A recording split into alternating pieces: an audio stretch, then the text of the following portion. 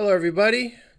Today is January 11th, 2016. Thanks for joining me today on the Moneybag 73 channel. So much going on right now.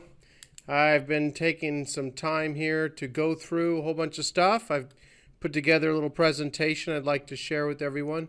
Maybe have a discussion on this. You know, there's something that's very important to remember when looking at all this stuff. All these people have been right and all these people have been wrong. So I don't know anyone who you can just spend your time listening to and get all your information from. You have to listen to a whole lot of different people, and you have to make your best judgments as to who's right and who's wrong for what's best for you. So a lot of this stuff is difficult as the years have gone on to know who's going to be right. So I want to go through some of this stuff. We're sitting here at $30.66 a barrel. Could tonight drop below 30 for the first time in 12 years or so. And, you know, oil's down 80% since its July 3rd, 2008 price of $145.29.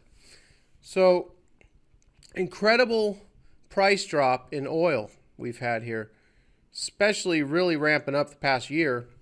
Now, when I see this getting closer to like 29, I'm thinking, man, I remember in 2010 when Mike Maloney made his speech to the Russian bankers, who obviously didn't want to hear about $10 barrel gold oil. I got gold in my mind.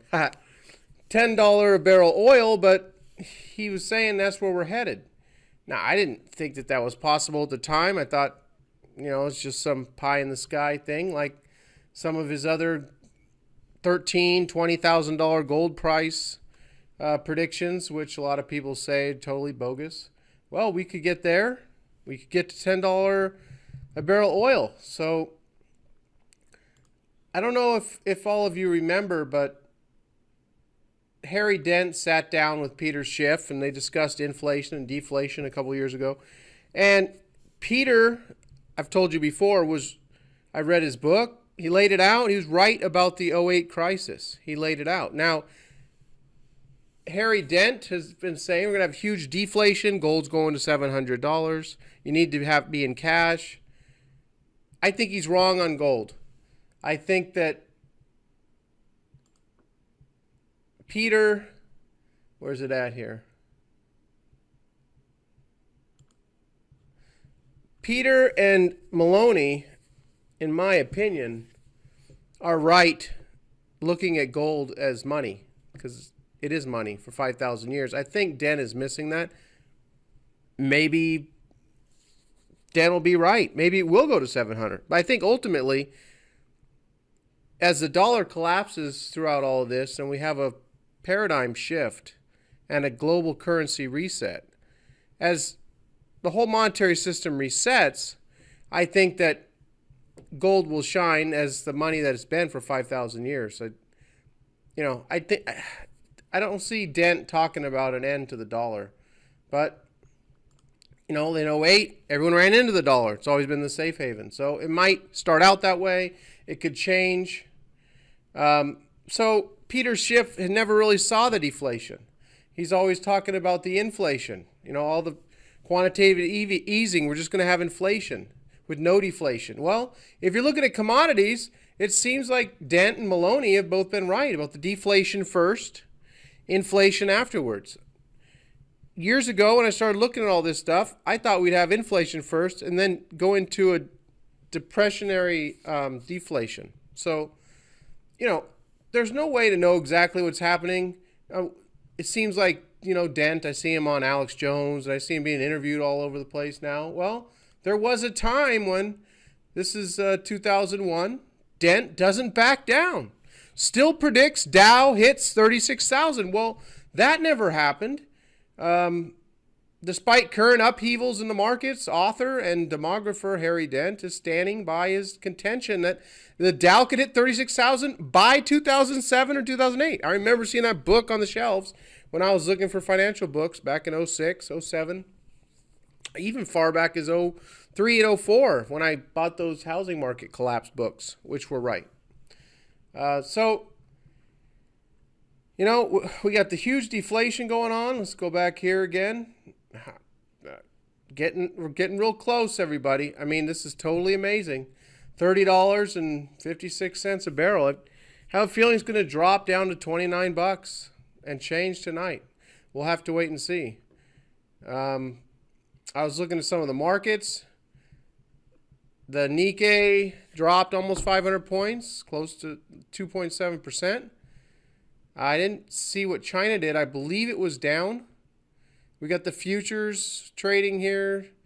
They're down a little bit. The U.S. futures, NASDAQ and S&P. So I got my eyes on oil right now. I just wanted to point that out. You know, Maloney's been right. Maloney's been wrong. Schiff's been right. Schiff apparently, it looks like, has been wrong because we're having deflation. We still have the inflation. You know, you need to see the video I just posted that Hugo Salinas Price was talking about. We live in a lie. Fiat currency is a lie. The truth is gold. And if you think about that, it really makes sense. Let me see if I can bring that up here real quick. Wow. Okay, well, I wanted to point out a few other things here. I don't know if you had noticed that recently we just had Richard Fisher come out and say that the Fed front-loaded the market, which is what I've been saying all along. Anyone who didn't know that the Fed pumped up the stock market, the bond market, real estate market, which are all in huge bubbles and are all going to correct at some point. I mean, what asset are you going to be in? I'm going to be in precious metals. I'm going to have some cash. I'm going to have a food supply. I'm going to have a way to protect it. I mean, think about all those things. I have people coming at me saying, your gold and silver aren't going to do anything where we're headed. Okay, well, your bag of rice, you know, it'll do something for a little while, but I don't understand why they think that people who have real money for thousands of years aren't smart enough to also be planned for some Mad Max situation. Whatever. I'm not going to get into all that now. Let's listen to Mr. Fisher here. Whether China's a leading indicator or not, but I think we have to bear in mind that what the Fed did, and I was part of that group, is we front-loaded a tremendous market rally starting in 2009, in March of 2009. It's sort of what I call the reverse Wimpy factor. Give me 2 hamburgers today for 1 tomorrow. And yeah, how about 2 hamburgers today instead of 1 tomorrow? He was part of the group, front-loaded the stock market.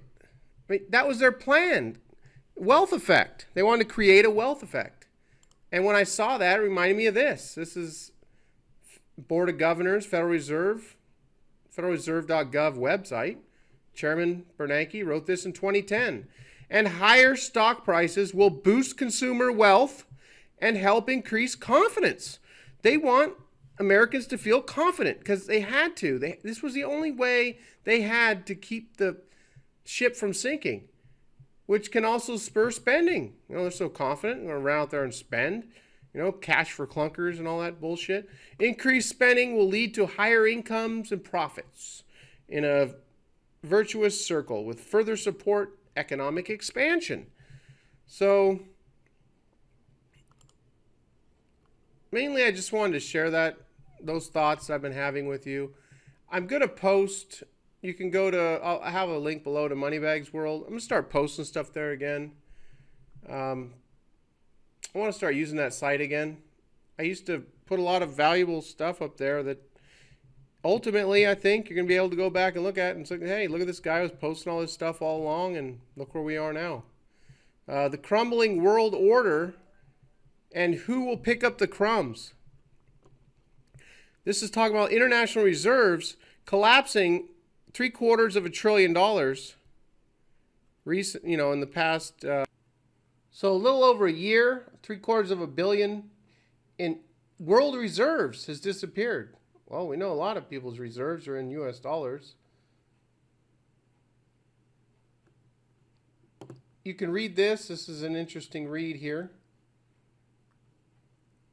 And also, if you need to check out this here, Is Bloomberg hiding something? This is, if you don't know, Mexican billionaire Hugo Salinas Price. And here's that video that I was saying you need to see. Billionaire Hugo Salinas Price. Everything in our modern world is a lie. This is a video I did almost 2 years ago. 79 thumbs up and 1 down. I mean, people, you know, the truth has a certain ring to it. So he's saying that Bloomberg shows the international, excluding gold, the international reserve assets. And they stopped. Well, maybe it's a glitch. You know, fat finger. Yeah, fat finger. Maybe there's a little fat finger here. I don't know. But anyway, this is another interesting article. So you can check these out on Moneybags World. And I'm going to leave you with this. Greg Hunter interviewing V, the guerrilla economist in the dark. Have never seen V, but I enjoy listening to him. V explains, we are entering a time which I call the collapse point. At the collapse point, there's going to be a massive systemic shock. Why? Because you have one paradigm and one system being done away with, which is the dollar, which is what I've been talking about for the past 7 years. It's going to be replaced by a new system. During that transitional period, or during that transition period, you cannot expect to trade anything because what do you trade it in? That's why the Chinese are gearing up their own gold price fix. Once that collapse point happens and the world reels from the systemic shock, the Chinese gold price fix and the BRICS system will be there to fill that vacuum. That's what's being set up right now. I had one other thing I wanted to share. It had to do with China. Well, that's about it, everyone. Just wanted to go over some of these things.